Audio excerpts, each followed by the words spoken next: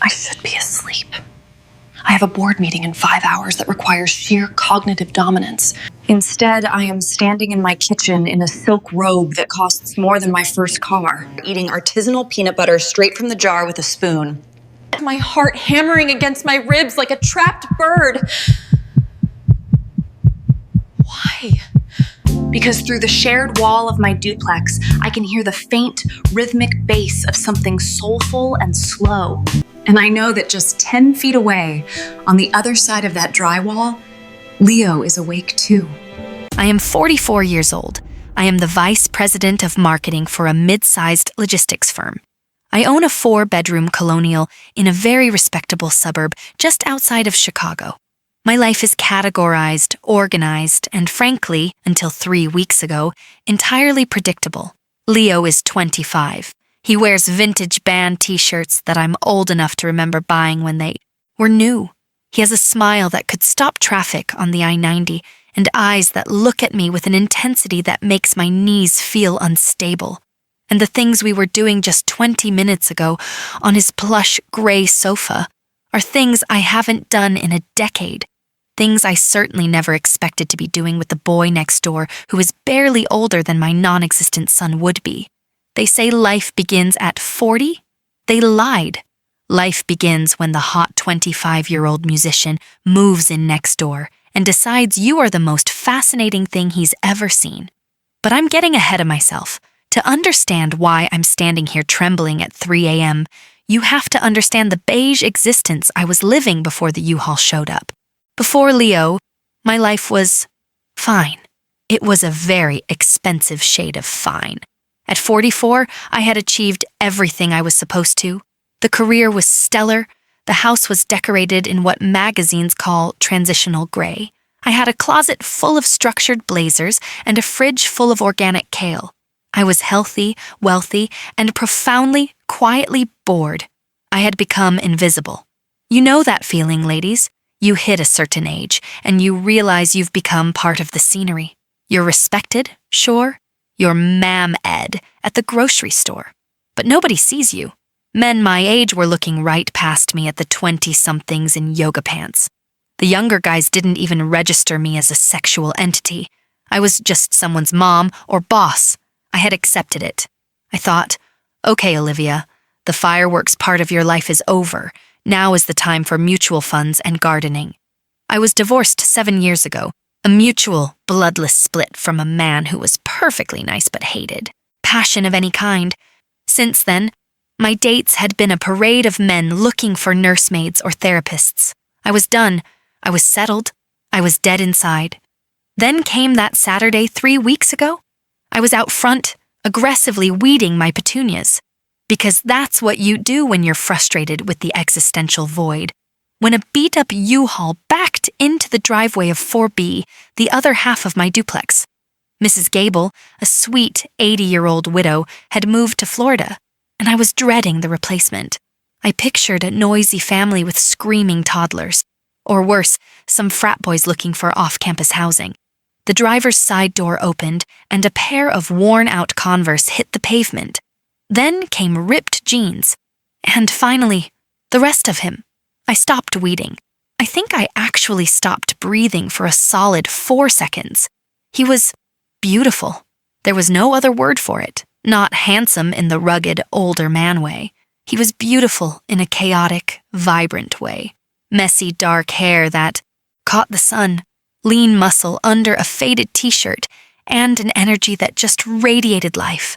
He stretched, looking around at the suburban quiet, and then his eyes landed on me. My immediate reaction was a grotesque internal spasm of panic. Oh, God, I'm kneeling in dirt wearing overalls and no makeup. I look like a potato. Then, my second reaction was the maternal override. He's a baby. He looks like he doesn't know how to set up utilities. He jogged over, wiping sweat from his forehead. Hey, I'm Leo, just moving into 4B. His voice was deeper than I expected. Resonant. I stood up, wiping dirt on my overalls, trying to summon my vice president persona. Welcome to the neighborhood. I'm Olivia, 4A. If you need to know when trash day is, just ask. Trash day? Really, Olivia? Smooth. He grinned and the wattage of it was blinding. Thanks, I might take you up on that. This place is a little quieter than I'm used to. It's the suburbs, I said dryly. We specialize in quiet and lawn care ordinances. He laughed, a real easy sound. Got it. Keep the music down after 10, mow the lawn on Saturdays. I'll try to behave. He looked at me then. Not past me. Not through me. He looked right at me, his eyes a startling shade of amber. There was a beat of silence that lasted just a little too long to be neighborly. I felt a flush creeping up my neck that had nothing to do with the afternoon sun. Well, I said, retreating to safety. Good luck with the boxes. I fled inside, locked the door, and leaned against it. My heart was doing a ridiculous little tap dance. Get a grip, Olivia, I scolded myself. He's young enough to be your, well, a very young nephew. Do not be that cliché cougar neighbor lusting after the fresh meat. I went into the kitchen and aggressively organized my Tupperware cabinet. I told myself I was being ridiculous. I told myself he was just a polite kid. I was lying to myself. For the first week, we were just polite ships passing in the night. I'd see him hauling gear, guitar cases, amplifiers, in and out of his van. I'd give a tight wave. He'd give that blinding smile. I found myself paying alarming amounts of attention to his schedule. I knew he left late in the afternoons, presumably for gigs in the city, and came back very late. The first late night happened on a Tuesday. It was midnight. I was awake, brooding over a marketing campaign that was failing to launch, nursing a lukewarm herbal tea on my back patio. It was a humid, gorgeous summer night. The light flicked on his side of the patio divider. The sliding door opened, and Leo stepped out. He was shirtless, wearing loose gray sweatpants, holding a bottle of beer. My breath hitched. His torso was lean, sculpted, like something Michelangelo might have chiseled on a good day. He saw me in the shadows and jumped slightly. Oh, hey, sorry. Didn't know anyone was out here. Insomnia, I said, clutching my mug, wishing I was wearing something other than my oversized I voted t-shirt. He hesitated, then walked closer to the divider. Work stress? I was about to give the standard I'm fine deflection, but something in his posture, open, genuinely curious, made me honest. Something like that. I'm trying to sell luxury watches to millennials who check the time on their phones. I feel obsolete. He chuckled and leaned against the railing. If it helps, I'd buy a watch from you. You look like you know what time it is. I laughed, surprised. Is that a compliment? Yeah, you've got a very capable vibe. Like if the apocalypse started right now, you'd probably have a spreadsheet for how to handle it. We talked for 2 hours.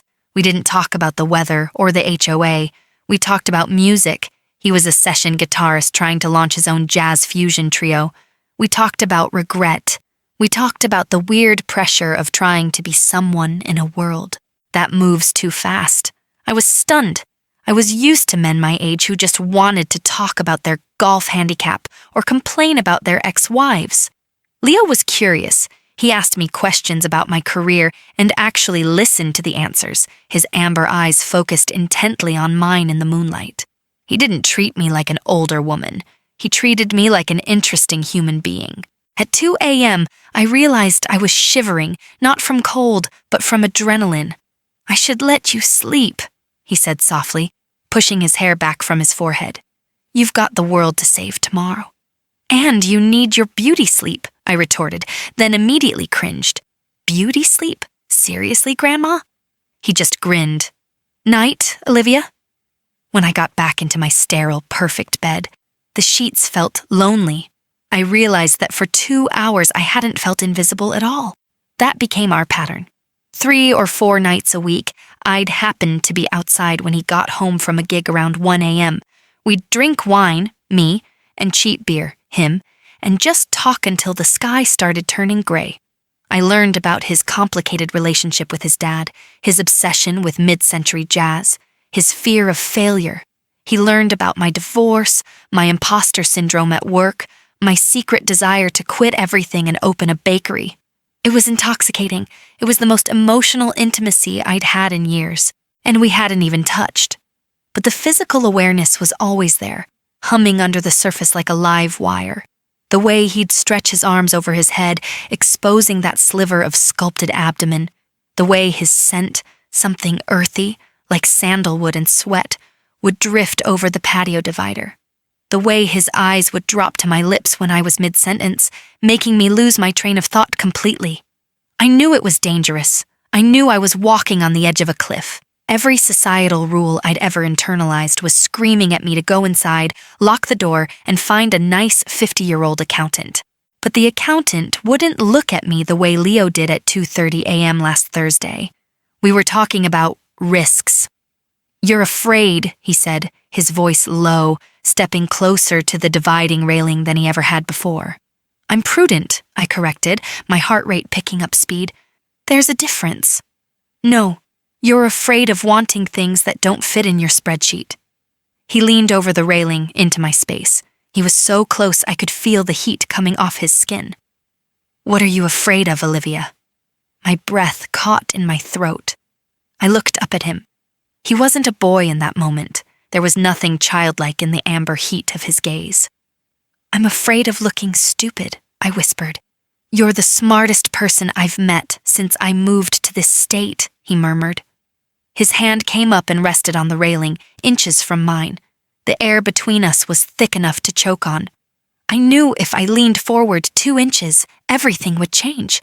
I knew I shouldn't. I leaned back. "It's late, Leo." He held my gaze for a beat, disappointment flickering in his eyes before he nodded slowly. "Yeah, it is. Night, neighbor." I went inside and took a cold shower. I told myself I had done the right thing. I was the adult. I had to maintain boundaries. But my body was humming, alive and aching, and I hated my boundaries more than anything in the world. Then came tonight. It was hot, oppressively, record-breakingly Chicago hot. My AC unit, which I pay a fortune to maintain, decided to die around 8 p.m. By 11 p.m., my house was a sauna. I was miserable. I was lying on top of my covers in a silk robe, sweating and angry at the universe. Then came the knock. It wasn't on the front door. It was on the adjoining wall in the living room. A rhythmic tap, tap, tap. I got up, confused, and went to the wall. "Hello?" I felt ridiculous talking to drywall. "Hey," his voice came through muffled. "Your AC dead too?" "Yes," I groaned. "I'm currently melting." "Mine too. Must be the main breaker for the units. Hey, I've got a portable fan and a bag of ice, and tequila. My side is slightly cooler. You want refuge?" I hesitated for exactly 1 second. The heat was unbearable. My desire to see him was even more unbearable. "Give me 2 minutes," I said. I didn't change out of the robe. I didn't check my hair. I just walked next door and knocked. He opened. The door. The sight of him almost knocked the wind out of me. He was barefoot, in a pair of athletic shorts and nothing else. His hair was damp, plastered to his forehead. He looked raw and vital and impossibly sexy. "Welcome to the oven," he grinned, stepping back to let me in. His side of the duplex was a mirror image of mine structurally, but a completely different world aesthetically. Instruments everywhere. Vintage posters, piles of books. It smelled like him. It was chaotic and comfortable. He had a large box fan set up in the living room facing the couch. On the coffee table was a bottle of good tequila, 2 glasses, and a bowl of ice. "Salvation," he said, pouring 2 shots. We sat on the floor in front of the fan, letting the air blast us. We drank the tequila. The heat outside and the heat of the alcohol inside loosened everything up. We weren't talking deep philosophy tonight. We were just existing in the heat together. The silence wasn't neighborly anymore. It was heavy with unsaid things. He was sitting so close our knees were almost touching. I could see a bead of sweat roll down his neck and disappear into the waistband of his shorts. I couldn't stop staring at it. "Olivia," he said. His voice was different, rougher. I looked up. His eyes were dark. "Stop looking at me like that if you don't want me to do something about it."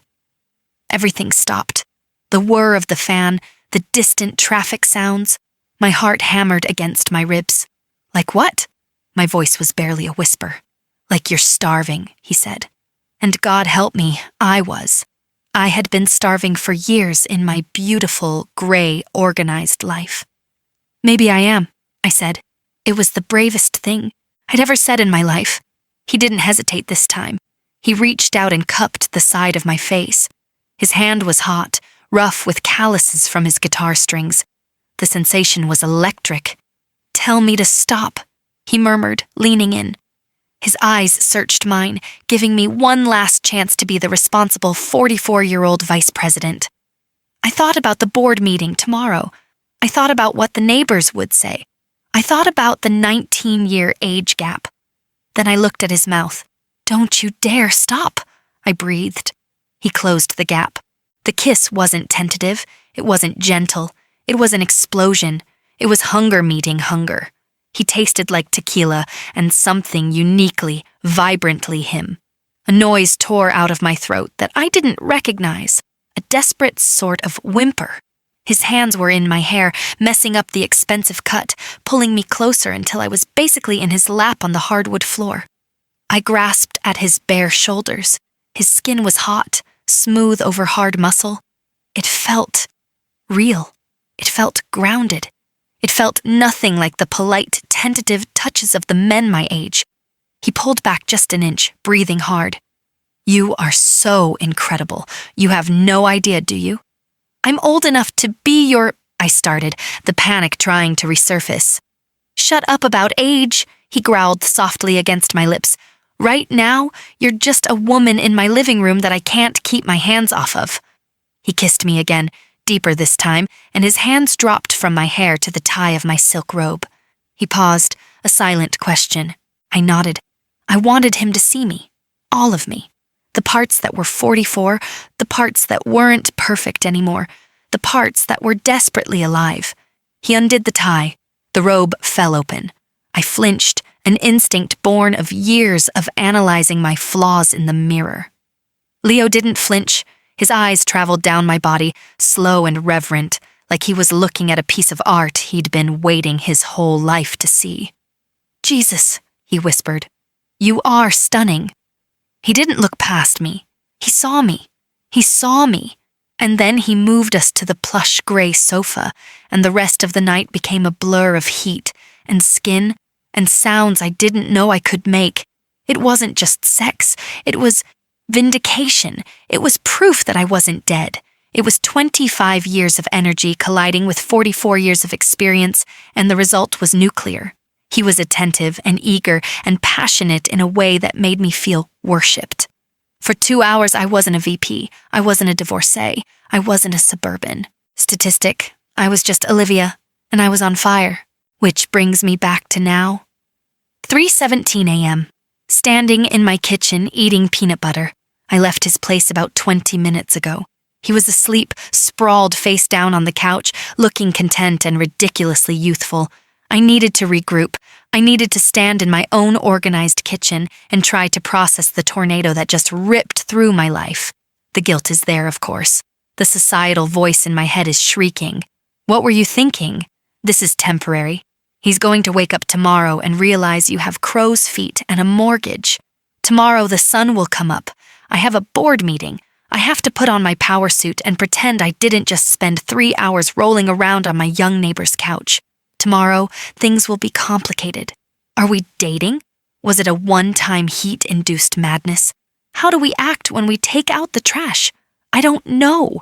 And for the first time in 20 years, I don't have a spreadsheet for this.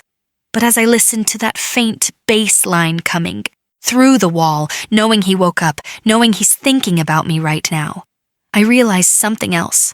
I look at my reflection in the dark kitchen window. My hair is a disaster. My lips are swollen. My eyes are bright, wild, and wide awake. I don't look invisible anymore. I don't know where this is going with Leo. He's 25. He wants to tour Europe in a van. I want to pay off my house early. We make absolutely 0 sense on paper. It probably won't last. It will probably end in a spectacular mess that I'll have to clean up. But right now, at 3 a.m. with the taste of him still on my tongue, I don't care about the numbers. I don't care about the judgment. I'm 44 years old, and I've never felt more alive. Now, if you'll excuse me, I think I hear a knock on my living room wall again, and this time, I'm not going to wait 2 minutes before I answer it. If this story stirred something in you, if you've ever felt invisible or wondered whether life still has surprises left, please like this video. It helps more stories like this reach the people who need them. And if you want more honest, late-night confessions about love, risk, and second chances, subscribe.